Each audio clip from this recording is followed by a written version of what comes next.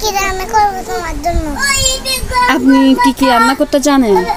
আমি পিজ্জা বানাতে জানি, বার্গার বানাতে জানি, ফুচকা বানাতে জানি, মজার রুটি বানাতে জানি। চিকেন উইংস বানাতে পারেন? হ্যাঁ পারি। তারপর দম বিরিয়ানি পারি। মাশাআল্লাহ, আর কি পারেন?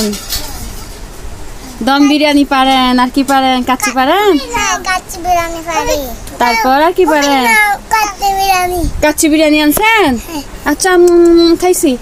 আপনি আর কি পারেন? Chicken fry. চিকেন পরোটা পারেন? ডিম। আর কি পারেন? Chicken fry. মাংস খাইছি।